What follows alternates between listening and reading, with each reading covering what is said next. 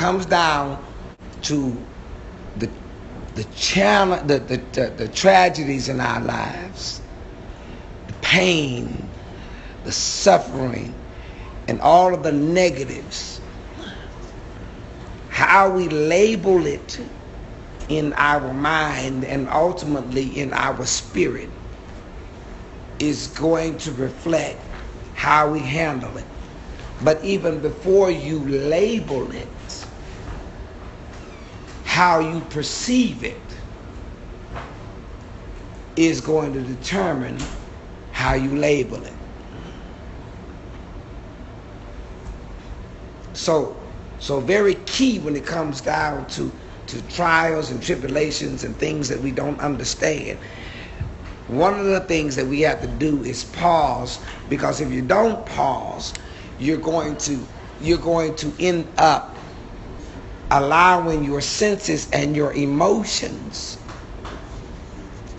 to determine what you just saw, what you are seeing, or what you are experiencing.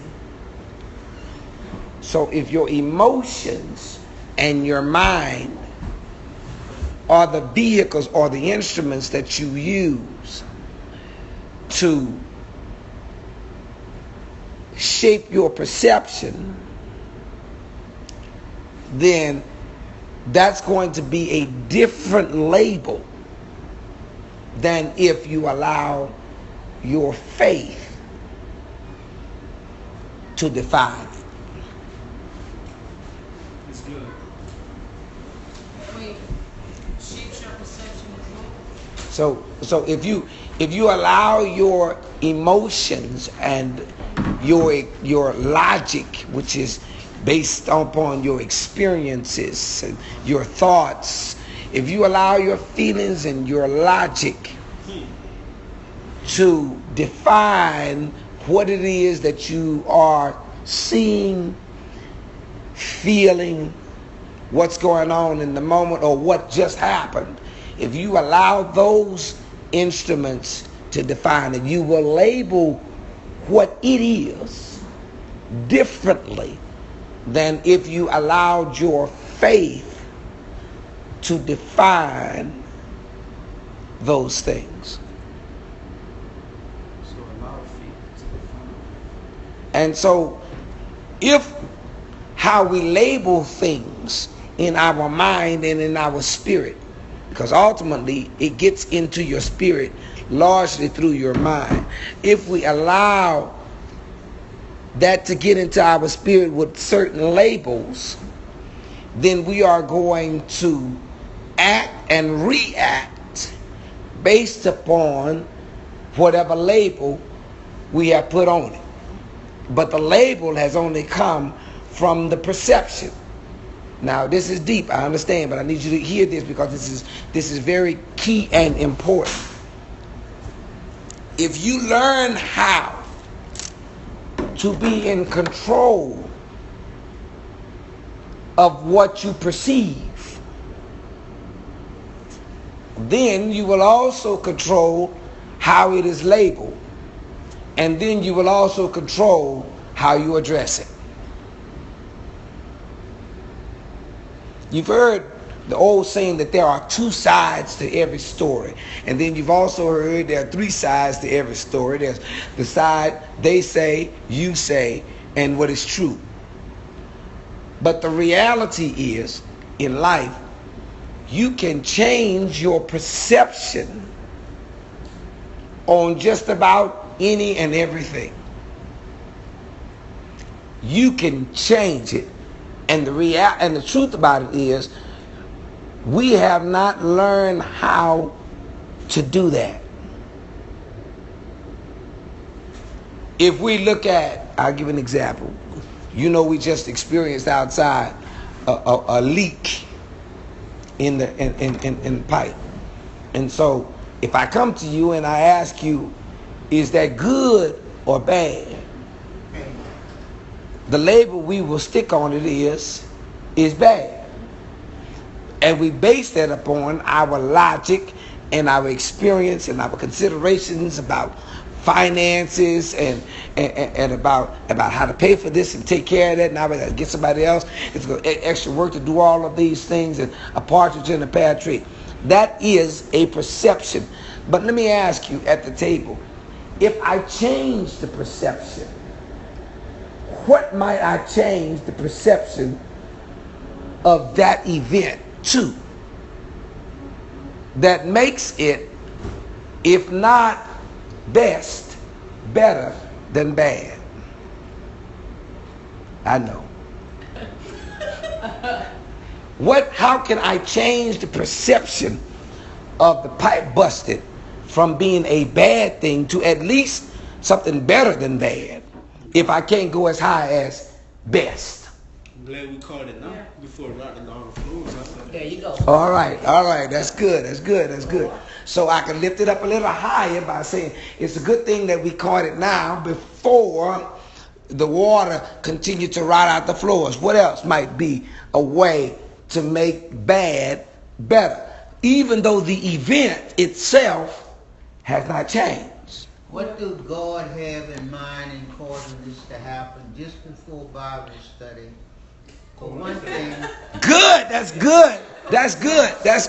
it brought David together, it brought you and me together to go out there together to try and solve the problem. Coincidence. No coincidence. Maybe God brought us together to work together. And a purpose. Go ahead. Whoever you had to call to come to do whatever they had to do. Might need some overtime. True. That's good. But and they might have needed more than that. They may have been unsaved, and now they may realize, oh, I didn't know they meet there every Wednesday night. So next Wednesday they might not have the overtime, and they may be willing to come. It might be a to Bible seed. study. It might be a seed Right. that the Lord has Somebody planted. Putting on their mind about his house. Somebody that didn't know. And Yeah, they they might say, don't oh, I come didn't even here. know. I lived right around there. I was looking for a church. I didn't know there was a church right there. Could be. All you Not need likely, is to put but it on their possible. mind. Just to Right. put it on their mind, too. Say, yeah, something Yeah, could have wow. happened. They could have had a bad day and say, there's a reason why the Lord sent. I wonder why the Lord sent me to that church to work tonight. Mhm. You know? God had a purpose. Okay, so watch me. How? Go ahead, The Dave. guy come and fix the pipe might need some money. Could be a fighter. He might ain't had no work in That's 2-3 so months. right. And he might need a job to get him through the month. I hope he don't want money. And then he Might have some other children. You're right. That's important. Could be a. The young man might need a word from God. Right. So it might be that in the process of whoever coming to repair the pipe, they might be exposed to somebody in the church right alongside who might be able to share some information about the church, share some information about God, encourage them on some level, and be a witness to them on that level. Vice versa, it also might be an opportunity for the devil to come in. Exactly. I think God will get the glory regardless of the Well, it depends situation. on your perception. Yeah. Amen. All right, so notice what just has happened just in a few moments concerning the perception of what is. Now let me ask you this question: Can this take this kind of in a different direction? Can perception of reality be wrong? Yes, it can. Yeah. Yes, it can. Can Yeah. perception of reality, it can be wrong? Yeah. What might be some of the dynamics or the further outcomes of a perception that turns out to be, watch this, a misperception? You got to stay with me on that. Because for us, here's the deal. I have become so accustomed to declaring everything that my senses define as being real.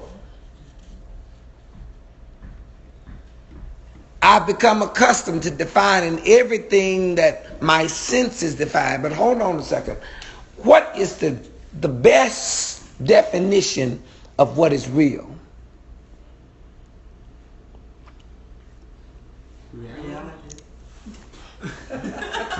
You can't use a word to define a word.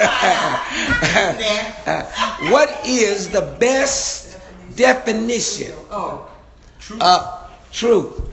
Truth comes from Perception. real truth comes from God. So then, the Word of God is a better definer of what is real, as opposed to my own common sense, as opposed to my emotions, as opposed to my feelings, as opposed to my experiences. And so here's the deal. Many times I get gung-ho, full speed ahead, all emotions behind, all thoughts, everything within me now pursues a path based upon my perception. But if it turns out it ain't the truth as per God, I've been lied to. If you pause and really understand what I'm telling you, then you will also understand how this has affected your life. You thought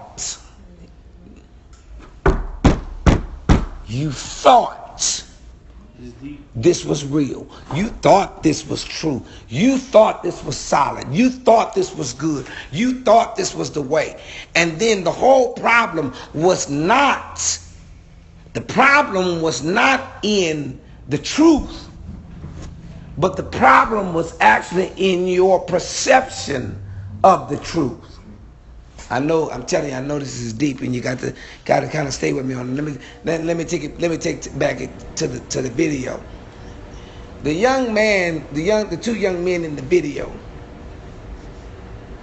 they perceive that this moment in time was going to be a good moment for them, a victory for them, a wonderful opportunity for them to rise in the applause of man. When people saw the video of them pulling that thing off, that people were just going to just be excited that these two young men had mastered a great trick that some adults have not mastered.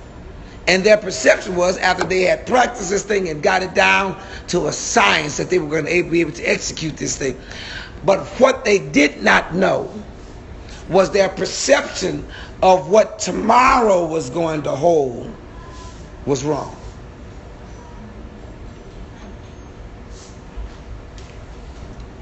There goes chain reaction. And so watch this. Look at my wife coming in, hallelujah. But so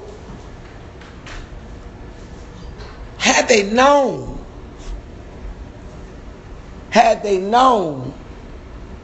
that this was going to happen and work out like this, what do you think that they would have done? They would have done it in another place. They would have chosen not to do it. No, they would have made some adjustments. Right. The boy behind would not have. They were still convinced that they could do the trick. They were still convinced that they had the knowledge and the ability to do the trick.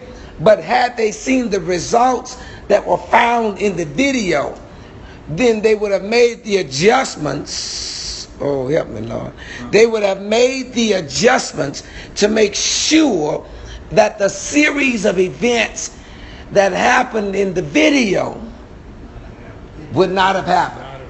They would have used more extreme care. They would have given more space. And if they could not have provided all of the area in that area, they would have switched the venue altogether. Also, the little boy would have moved out of the way. Yeah, he never would have stood behind him. And so he would not have, watch this, he would not have done the same thing the same way. Neither one of them would have. Now, there's a reason why I'm going there, but I got to pause on that. Let me go back to the perception thing.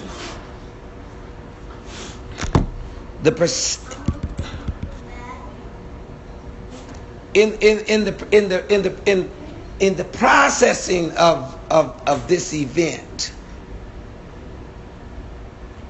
what they perceived that was going to happen was wrong. So when an event happens in your life,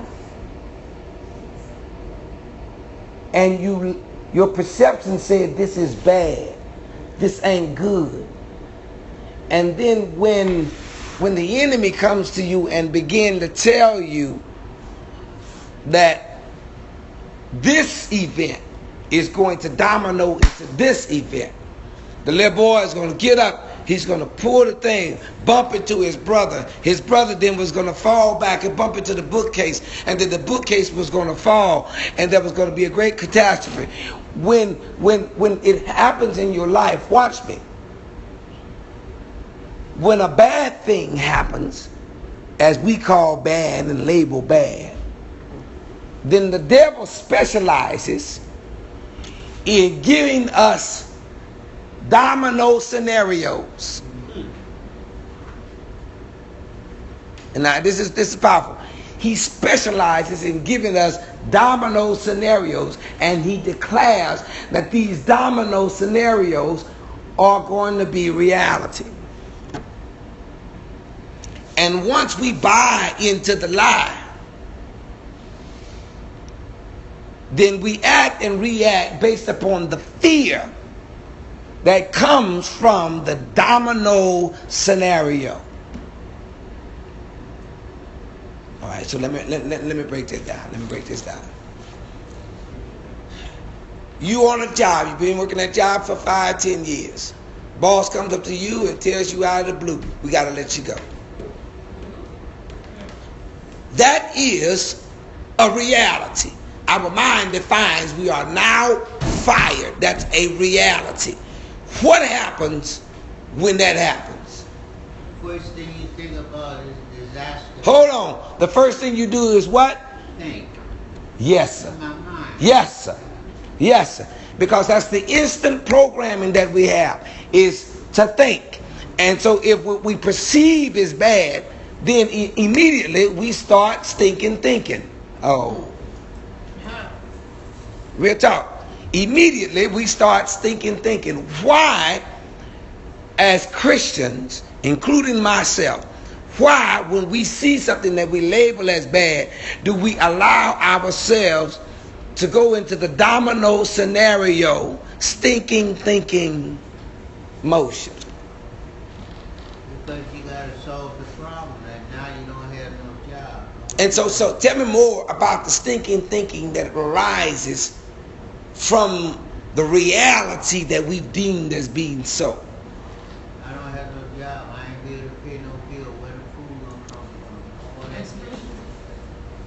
God is punishing. Huh? God is punishing.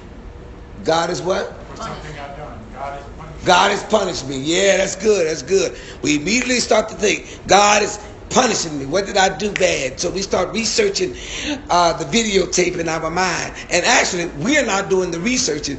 The devil is selecting what video he wants to play. Because if it were God doing the selecting, then we wouldn't become fearful. We wouldn't get scared. So the devil, remember, the devil is attempting to use what we call reality and to use it against us going forward. Now, let me ask you this question. What do you think God is doing? Probably shaking his head. Trying to change. That's what I would think. Trying to get your attention. You think God is... All right, let me take it back to the... I think he was working from the beginning. What? Because if you allow Hold on, pause, because now we're moving closer to answering your question. Because I asked you to look at the video, and I said on the video, I need you to label the video. Either label the video as being choice, label the video as being coincidence, or label the video as being considered. So I need you now, Brother Mir, you label the video as what? Choice. Choice. Aramir. But now I'm thinking. Hold on. You labeled the video as coincidence. So, coincidence. I had said considered. You said confusion. No, I wrote down considered. But you wrote down But I considered. said, okay. Okay, Amber, you said. Yeah, I'm gonna go with Brother Mill. Go with what you wrote. Choice, I wrote choice. You wrote choice. You put what, Dave? Choice. Brother, consider. You wrote. Why? I know you wrote it because he wrote it. Okay. So hold on, because if I had asked you at first, in looking at the video, if I had asked you, is this a bad video? No. Or is this a good video? How would you have answered? I said bad. Keep it real. You would have said good. I would have said Everybody else would have said bad. You would have said okay. So it's good for that little boy, huh? Good. You want to know why I say good? It's Yeah. good for that little Because boy. the little boys You want something had else? this thing down. Hold on, listen to him. Listen. The little boys had this thing down. They didn't consider that thing falling on them. So why would I do that? It Because fell on him. Because it fell on? no, it's yeah, a that's real teaching of them So what if one of them would what have could died? happen. I'm not understanding.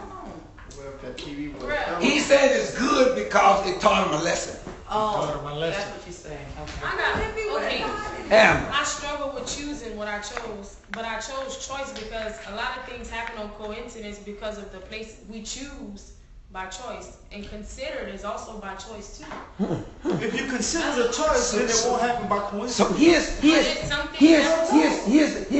the power of what we're looking at tonight, and the thing that I really want you to do. I need you to take this, as I said earlier, to a personal level, and think about how it is when traumatic or negative things happen in your life and has happened in the past, and ask yourself the question, how does your mind label what happened? Do you label it as being, oh well, because watch me, if you label the video as choice, and if you label the negative things in your life as choice, then the devil will come along also and remind you of how stupid you were to do it.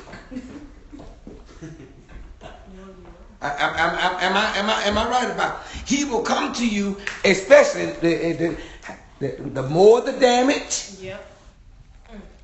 then the more we equip him with the tools to laden us with guilt, discouragement, and more fear.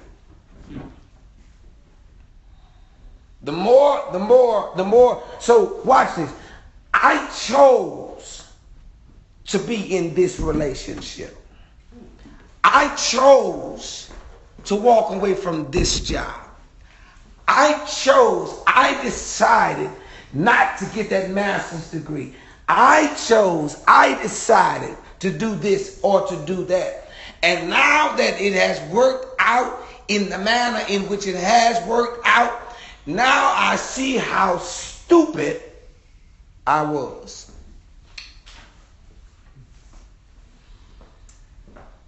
Now, does anybody in here understand, at least, or have an idea of how damaging that is? Very much so. One, because you cannot find an eraser in life that will erase your choice. No. And so, if somehow you are not able to be corrected in the right means, you may face a lifetime, the rest of your lifetime, dealing with one choice. And one choice, yeah. If you buy into, I'm coming to you, if you buy into and you label the events that happen here, if you label them as being coincidence, what is coincidence? Let me pause before you answer that. Come on, D, give me your response to that. I was just saying, if we make a choice, we're leaning on our own intuition, our own understanding. Well, we do, and watch me. You're right. Watch this. We have choice given to us by God. Mm-hmm. We have choice. We can decide this direction or that direction. We have choice. And one of the things that, if I was really getting deep and looking at this, I would tell you the only thing that you have is choice. Amen. You don't even control your life because the power of life and death is in the Lord's hand. But he does give me the freedom of choice. And that's the reason why Adam and Eve were able to eat from the tree, because they had choice. If they didn't have choice, then they never would have chosen the enemy. So my choice is not always right. It is not always right. However, it is yours to make. Now watch this. If you label it as choice, I just suggested to you one side. Here's the other side. The other side is, if you choose it and your perception of the outcome is that it was good, now we open up ourselves to applause and pats on the back from ourselves. So the enemy can then turn around and spin that thing and tell us how smart we are, how intelligent we are, how brilliant we were, how much further above other people we are. And it begins to affect our pride and our ego. So he can spin it off if it's a catastrophe, and if it seems to work out for our good, he can spin it off to our pride and our ego. If you define the series of events that happen in your life, as in the film, as being choice, if you label it as being coincidence, now I need you to understand what, you tell me what coincidence is. There is no such thing as coincidence. You say there's no such thing as coincidence. If I played that video again, what happened is they got up, he pulled, and the force from him pulling, and his brother just happened to be right there behind him. He bumps into the brother, then the brother falls into the entertainment system, and the entertainment system falls. That's a domino effect. That looks to me as being a coincidence. No, because it didn't have to happen. But isn't that a part of how one would define coincidence? Nothing has to happen, but it coincidentally does.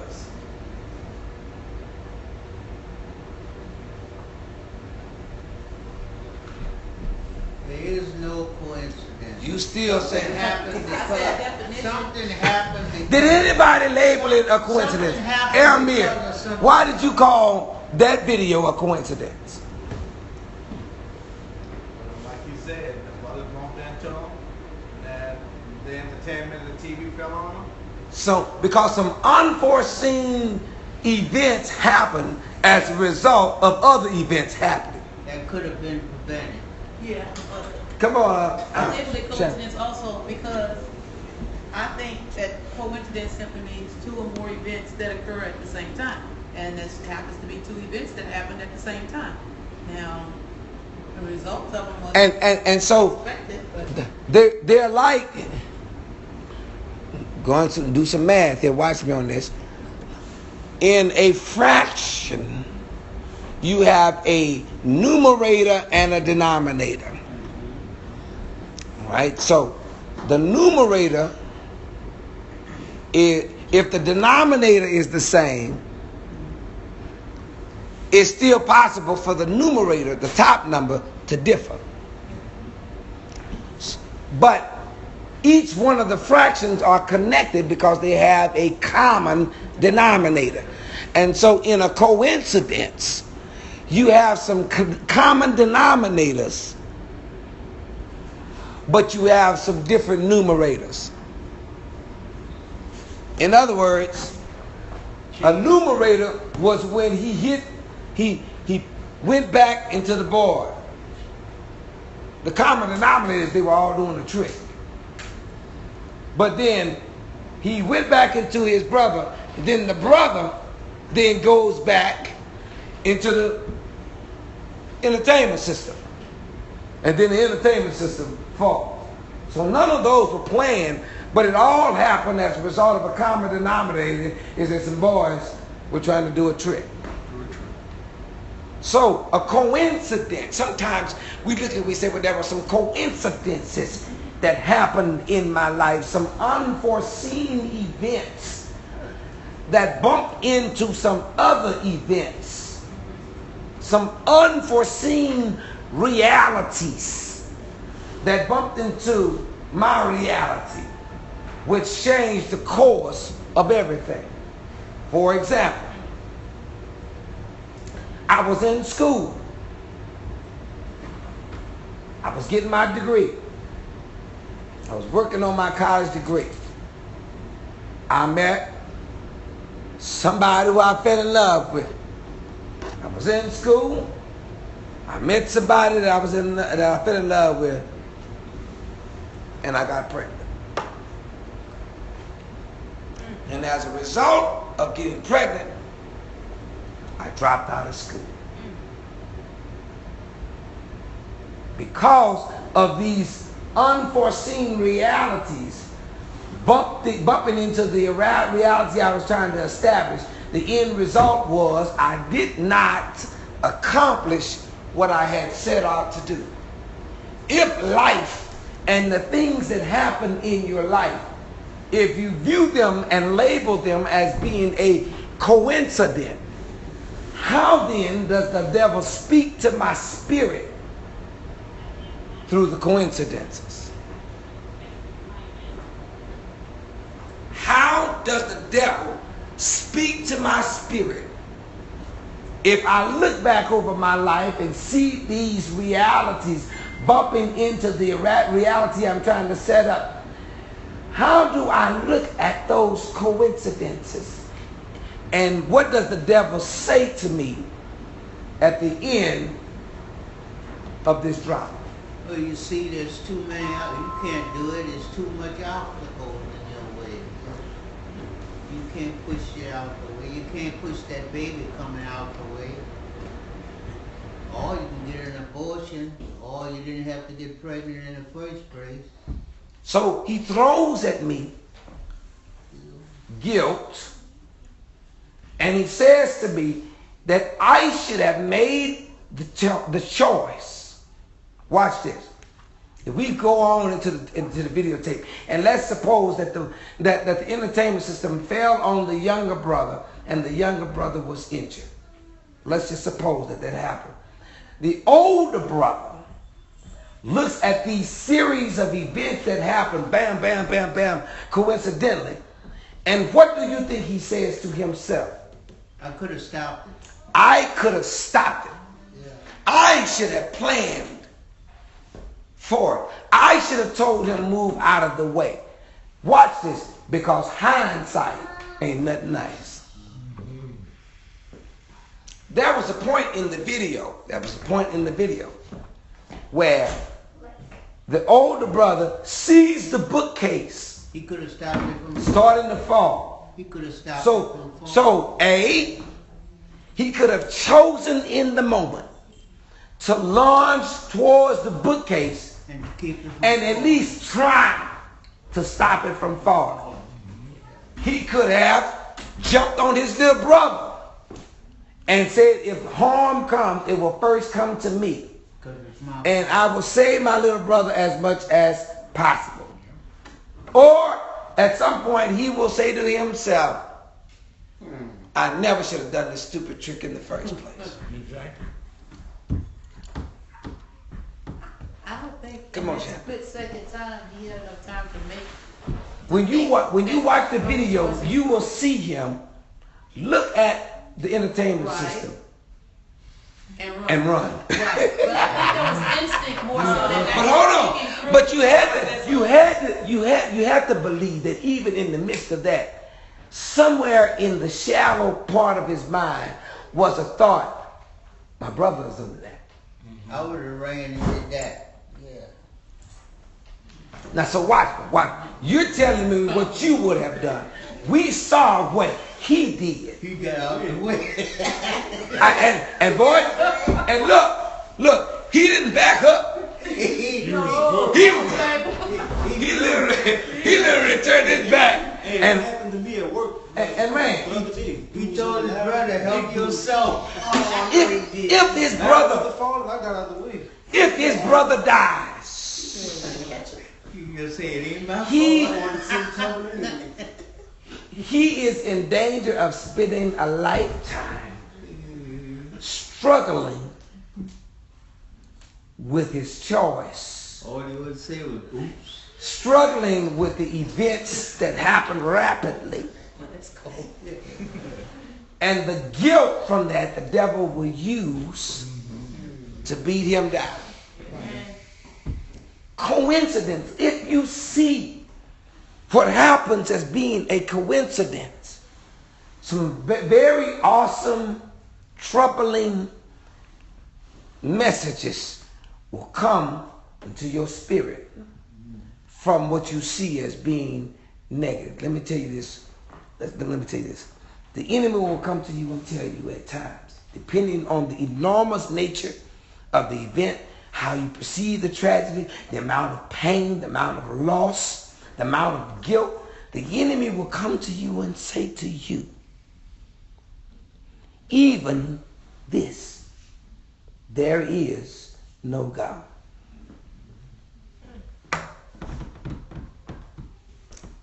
Because if there is a God, and that God is defined as being good and good all the time, then he can't be good all the time if he let a bookshelf fall on my brother and kill him. He knew that we were too young to be doing it. He knew that our minds were not large enough to consider the enormity of what needed to be done to make sure everything was safe. He knew that, and I know that I made the choice to do these things, but God knew even beforehand, and he could have stopped it.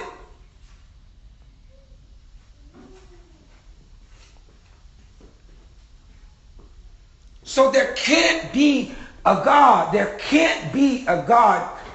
God cannot exist if he allowed such trauma and pain and sorrow and suffering and loss to someone so innocent. When you see the little brother is standing behind the older brother, and he gets bumped, and he hits his bookcase, it almost looks like he just drops. Because he doesn't try to help himself. He looked like he just almost got knocked unconscious or something, but whatever, he just falls to the floor. And then the bookcase falls. And so why doesn't God protect the innocent? Why doesn't God stop people from climbing into little girls' bed and raping them at night? Why doesn't God stop the terrorists from blowing up things? Why doesn't God stop people from stealing from other people? Why doesn't God stop this? If he knows that if this person does this action, this is going to happen as a result. If he knows that these people do this action, these following events are going to happen, why doesn't God stop these coincidences? For the greater good. Because he gives us choice. How can it be a greater good in the pain that are found in some of these tragedies? To let us know that he's always there. So why don't he just say, "Hi, I'm God"? Can he not introduce himself in a less painful way? Why did God allow my mother to die before I even got a chance to know her? Why is it that God allowed my best friend, who he knew I needed, to just walk away? Why does God allow me, knowing I got all of these bills and all of these mouths to feed, why does he allow somebody to come along and fire me in order to put a robot in my place. Why does God do this? He can't be there. He can't be real. And furthermore, I never heard him. He's never spoken to me. I can't see him. And so he must not exist. Because there is just too much happening that a real God who is good would have stopped. Well, we're not going to be able to figure out the mind of God, that's for sure. You see, his thoughts- Shannon Sewell, you keep on sitting over there talking about it's for the greater good. And I'm troubled because I'm still dealing with choice and coincidence. And you're talking about the greater good. The greater good seems to suggest not choice, not coincidence, but considered. If I played the video back for you. Let me take it back in your mind. When the little boys get up from the table, what's the next thing that happens? Not the last thing. Just give me the next thing that's going to happen. They walk to the table. What happens next? They should have considered the little boy. They line up. The older boy puts his hands on the tablecloth and he pulls the tablecloth, and the trick is over. However, it doesn't finish. What happens after that? The older brother does what? Stars the little brother. He bumps into the little brother. Then the little brother bumps into the bookcase or entertainment system. And then what happens next? The entertainment system begins to fall. The other brother runs. And the end of the clip shows the bookcase crashing and landing with the little brother underneath it somewhere. Is that the series of events? Now let me ask you this question.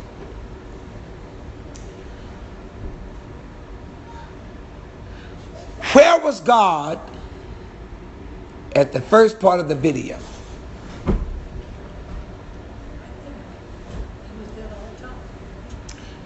Where was God in the middle of the video? Where was God at the end of the video?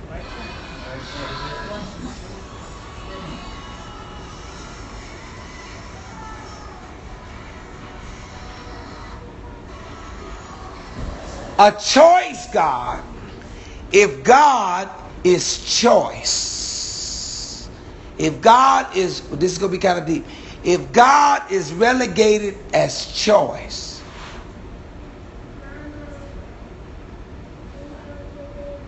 He is waiting on me.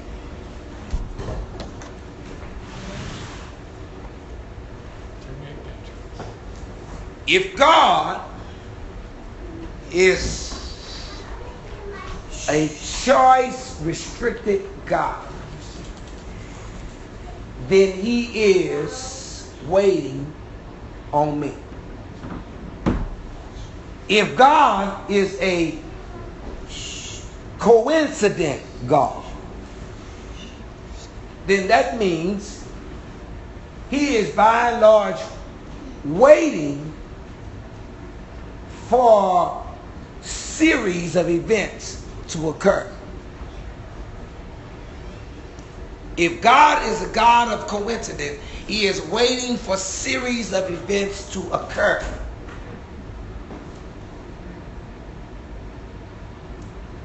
But if God is a God of considerateness,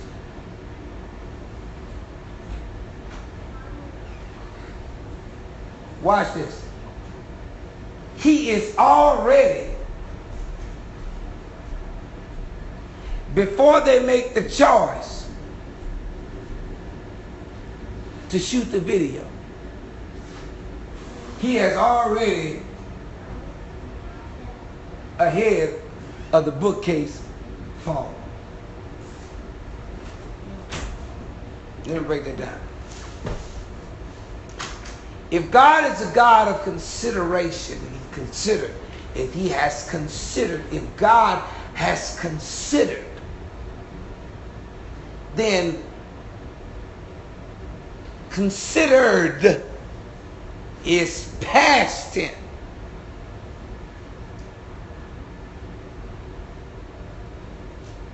Considered is past tense. So in order for God to be a God considered, it means that he has already taken into account events that have not happened unfolded. They haven't even happened yet.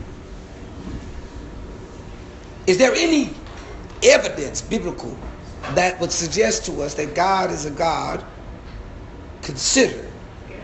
Or is there evidence that shows that God is a God of coincidence? Or is God a God of choice? What is the evidence? Romans 8:28. What Romans 8:28 say? All things work together For all things work together for the good. Some things, all things. 8:28. things I define as good. No, all things. No. I need you to hear what you're telling me, because you're refuting what I just said. I just said things that I feel that are good, things that I perceive that are good, things that I am convinced are good. Is it just those things, or is it truly all things? If it's all things, that means even the things that I don't understand, and the things that I feel badly about, and the things that have been defined in my mind as being wrong, all of those things are good. That would mean then there is no tragedy Not sure. It didn't say all the things were good. with God. There is no tragedy. All work together for the good. There's no tragedy with God in its final outcome. Right. There is no tragedy with God in its final outcome. There may be some tragedy with us. And there may be some challenges in our faith. But in the end, all things work together for the good of those that love the Lord and who are called according to his purpose. So then, watch this. God isn't just the God of what's happening right now. When we say God is, if you believe and your faith is that God is, then that means, it doesn't mean that God will be or that God was. Is a continual present tense. So that means God is all at the same time. Time being yesterday, today, and tomorrow. God has considered my helpless estate. God has considered his plan in my life. God has considered every aspect of my being. When you read the scripture, when you read the Bible, you will find out that even before Satan tempted Eve and Adam, even before Adam and Eve ate of the fruit, even before God made Eve from Adam, even before God created Adam from the dust of the earth, even before God separated the waters from the land, even before the foundations of the world, God had already written the redemption story.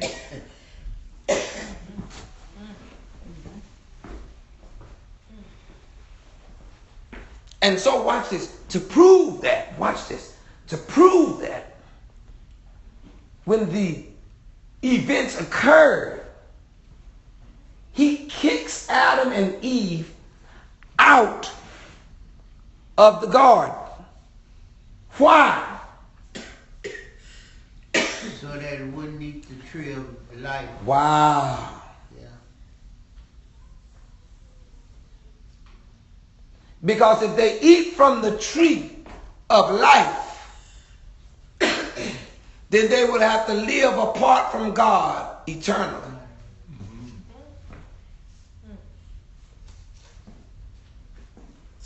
So watch this. Even in God's punishment, at the core is redemption.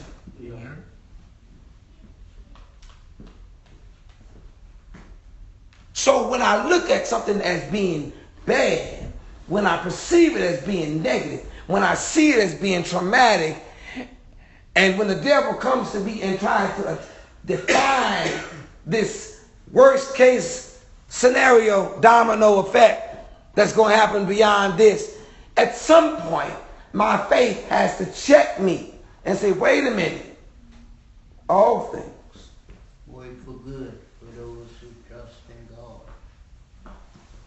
all things. So that means the great traumas and tragedies that are found and embedded in the world still work for the good of those that love the Lord and are called according to his purpose. So all that sounds fancy and fine, and my time is running out. So I got to come to you as, not as Pastor Williams, but I have to come to you as Kevin, and I have to ask you, with all of this under your consideration and thought, what do you say to me? And indeed, be careful, because the wind will blow it back to you. What do you say to yourself? What do you do when the reality that you perceive is dark, dismal, destructive? What do I need to do? Don't throw me no Bible verse, because I'm going to write you off as being a holy roller. I need you to tell me some simple steps as to what I need to do. Because if I don't do something, if I don't do this correctly, I am going to spiral downward quickly to a miserable, defeated brokenness. Just trust that God is Pause your and Father. consider the situation. I am considering the situation. No. I lost my job. I got all these children I got to feed. I don't know where I'm going to get employment. And if I do get employment, I got to wait another 2 weeks before I get a check. That's not what you should. You just told me pause and consider the situation. That's what I'm doing. I'm pausing and considering the situation. My baby